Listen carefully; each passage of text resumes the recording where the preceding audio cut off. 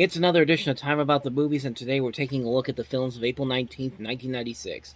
6 movies to look at, let's get right to it, and we'll start off with the biggest new release of the weekend, big in quotation marks, because none of the movies that came out this weekend were big hits, especially this first movie, The Substitute, and take a wild guess and you can see what type of a movie this actually is. My name's Smith. I'm a substitute. I'm in charge of this class. Life's a chess game, Juan. This is a crucial move. I want you to say I'm sorry. About time your boy started hitting the books.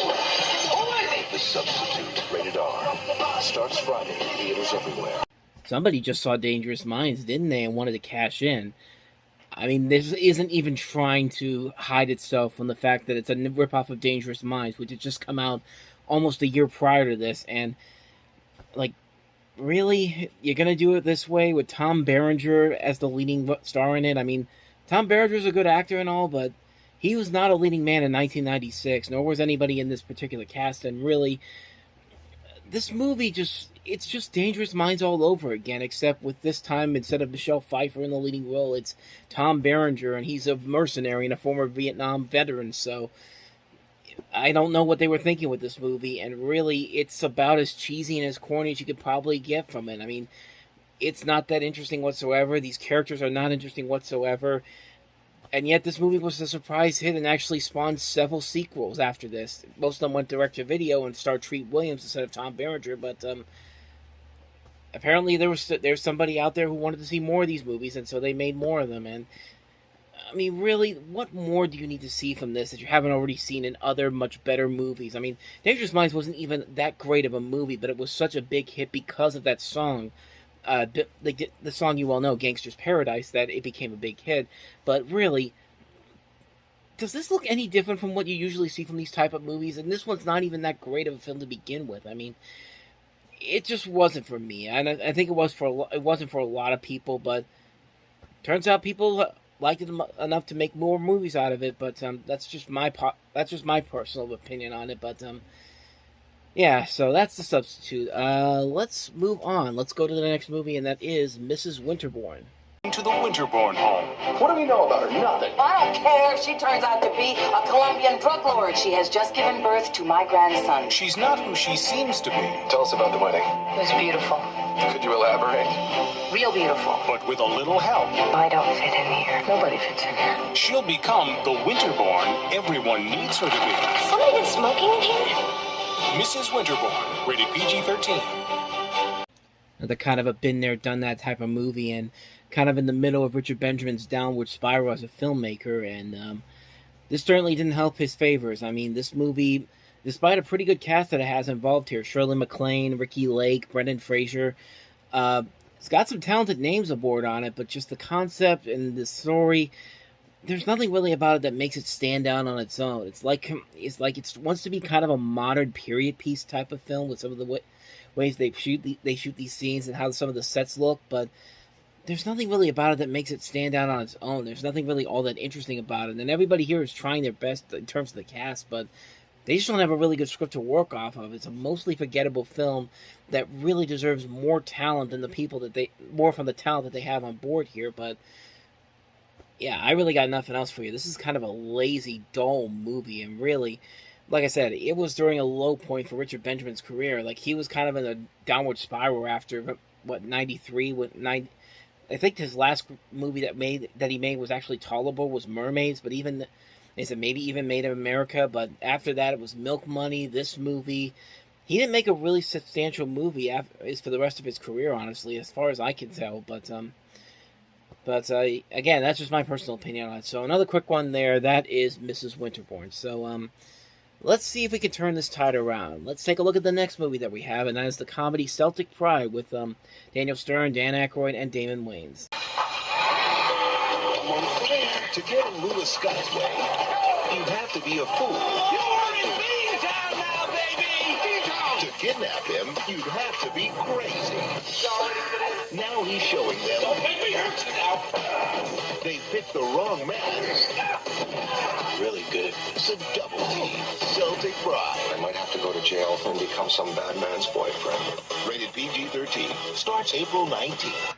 The most interesting thing about this movie is that this is a comedy centered around Boston Celtics basketball, and yet it's written by two guys from Brooklyn and Queens, New York.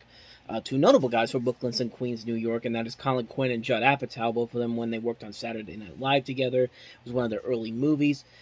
As far as the movie itself goes, it's pretty average. I mean, Daniel Stern and Dan Aykroyd do try their best to make some of the material work, and their comic chemistry is pretty decent. At least for Dan Aykroyd, it's a lot better than the last movie we looked at with him and Ed, Getting Away with Murder.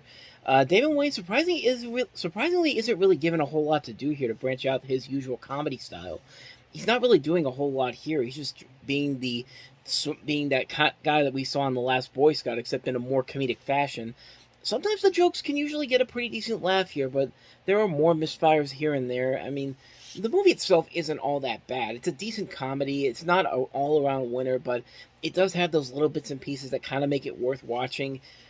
Overall, I didn't hate it, but I didn't really love it either. It's not one you should rush out to see, but if you're looking for one of those lesser late 90s comedies that's actually kind of worth a watch, this is probably one of them. Maybe for a one-time watch, but other than that, though, nothing too crazy about that one. So that is Celtic Pride. So let's go ahead and move on to the next movie, and that is Mystery Science Theater 3000, the movie. Every year, Hollywood makes hundreds of movies. This is one of them.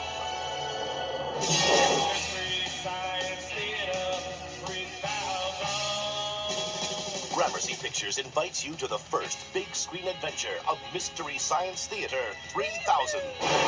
You hit something. You killed the hobble. At last, the crew aboard the Satellite of Love can tell jokes without a censor. I'm a naughty boy. Naughty. And boldly go where no man or robot has gone before. Hey, I'm experiencing a sensation altogether new to me, and frankly, I love it. Watch the gang from Mystery Science Theater as they watch the science fiction classic, This Island, Earth. Captain's log. I've lost my toupee and girdle, and I can't leave my room. The supreme excitement of our time. Yes, very nice. See sights never before dreamed by man. Why'd they put the toilet in the middle of the room? Where captive Earth people fight for their lives. Oh, I'm very vulnerable there. Oh, there go the piano lessons. 2.5 years in the making. Oh, no. Tinkerbell's going down. Pull up, Tinker. Oh, no. Mystery Science Theater 3000, the movie. Hey, Baywatch is on. All right, let's get out of here, you guys. So this is another one that's kind of like the last movie we looked at last week, which was Kids in the Hall Brain Candy, which kind of, some might say, kind of falls in that same category, but in this case, I think this movie works a lot better, but it definitely has flaws that are very notable. Like, for example, this movie in particular is only 74 minutes long, and not only is it shorter than the actual This Island Earth, but it's also shorter than any Mystery Science Theater 3000 episode that has ever been made, at least up until this point, but, so technically it's not even really a movie, honestly. It's not even really an expansion of the TV show, because the TV show is at least longer than this movie is. But then again, there are some things to note about this. There are a lot of deleted scenes that eventually got cut from the movie, and Universal didn't really do a good job of selling this movie. I mean, the trailer basically says the stuff that says in there that this is the stuff that you don't have to worry about censors in here. This is the stuff that we can't show on TV, when it's still got a PG-13 rating, and there's not really anything too dark or too edgy in this movie to make it something that needs to be seen on a big screen. I mean, like I said, I'm saying all this, but I'm saying that the movie is just as entertaining, as hilarious as the show is. I think the comedy overall is very good. The spirit of the series is throughout the film. The movie does look good. It has this bigger budget for it, and the set does look a lot better than it does on the show. So the money is definitely in there. It's just way too short. You could have added another 20 minutes to this to at least get it to an hour and a half runtime, but it doesn't really overdo this. It wouldn't really overdo the time if you had those extra minutes in there. Other than that, though, I think it's a very entertaining movie. It's a good film overall. It just really needed to be a lot longer to really be a Mystery Science Theater 3000 movie. A Mystery Science Theater 3000 is still really hilarious, and a lot of the elements that make the show so special are in this movie. But, yeah, like I said, I would have liked it to have been a whole lot longer, like maybe another 20 minutes added on to the film, but, like I said, there was a lot of... This is clearly made by a studio that really didn't get why Mystery Science Theater 3000 was so special, but, like I said, the movie isn't terrible. It's actually pretty decent, but again, I would have liked a lot more than what the movie actually gave us. But that's just my personal opinion on it. So let's go ahead and move on to the next movie, and that is Anthony Hopkins making his directorial debut with August. Hallmark Home Entertainment presents Academy Award winner Anthony Hopkins. 1996 Oscar nominee, Best Actor for Nixon, in his celebrated directorial debut. Yet another adaptation of Uncle Vanya. I think we've looked at this is the third one to take a story inspired by the Anton Chekhov story. And it's not going to be the last one either. One of the most recent ones was Drive My Car, but this is the sixth and last one that has taken inspiration from this particular list that I have here. And as far as Anthony Hopkins directorial effort goes, it doesn't look too bad. I say that because I've never really heard about this movie until I saw this trailer for it. It just looks very generic, honestly. It's a film about it's basically, like I said, it's an adaptation of Uncle Vanya with a character of Ian Davies taking over the title role. Davies played by Anthony Hopkins, and it'd actually be the first of only two directorial efforts that Hopkins would do. The other one would be Slipstream. But yeah, other than that, though, I really don't have anything more on this because I haven't seen it, so I can't really say if it's good or not. But that's August, so let's go ahead and move on to the last movie, and that is Russell Crowe in For the Moment. Time of war. These men faced an impossible mission. Quite simply, our function here is to turn out qualified pilots of a high standard in a continuous stream. More like a continuous stream of sheep to the slaughter from what I hear. But for the women that were captivated by them, it was a time of passion and revelry. Look at them all.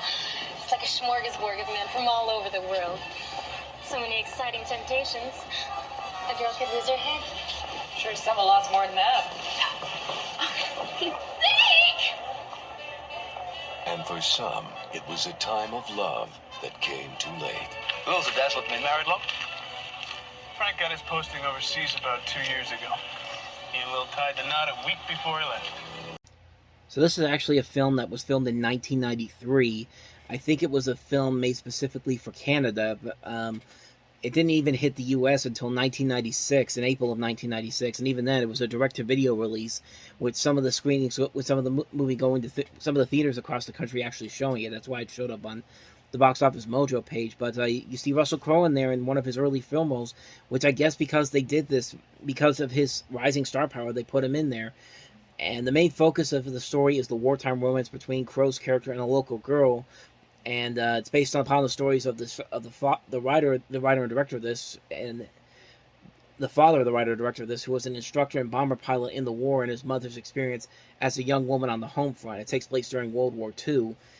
And again, that's really everything I know about this one. I haven't seen it, so I can't really say too much about it. But judging by the fact that it was sitting on a shelf for 3 years until it finally came out, one would probably tell you that this probably isn't all that memorable, but I don't know. Maybe it is something that is an underrated gem, but I don't know for sure at the very moment. So that's For the Moment. And so on that note, we wrap up this edition of Time About the Movies. We'll wrap up April on the next episode with 5 movies, including Jean-Claude Van Damme in The Quest, Janine Garofalo and Uma Thurman in The Truth About Cats and Dogs, Sunset Park, Mulholland Falls, and Cemetery Man. So we'll look at those 5 movies next time. Thank you so much for watching, and if you want to see more videos like this, hit the playlist on the next page, check out the previous episode, and I will see you guys tomorrow for another episode. So thank you very much for watching. I'll see you next time, and until then, as always, take care.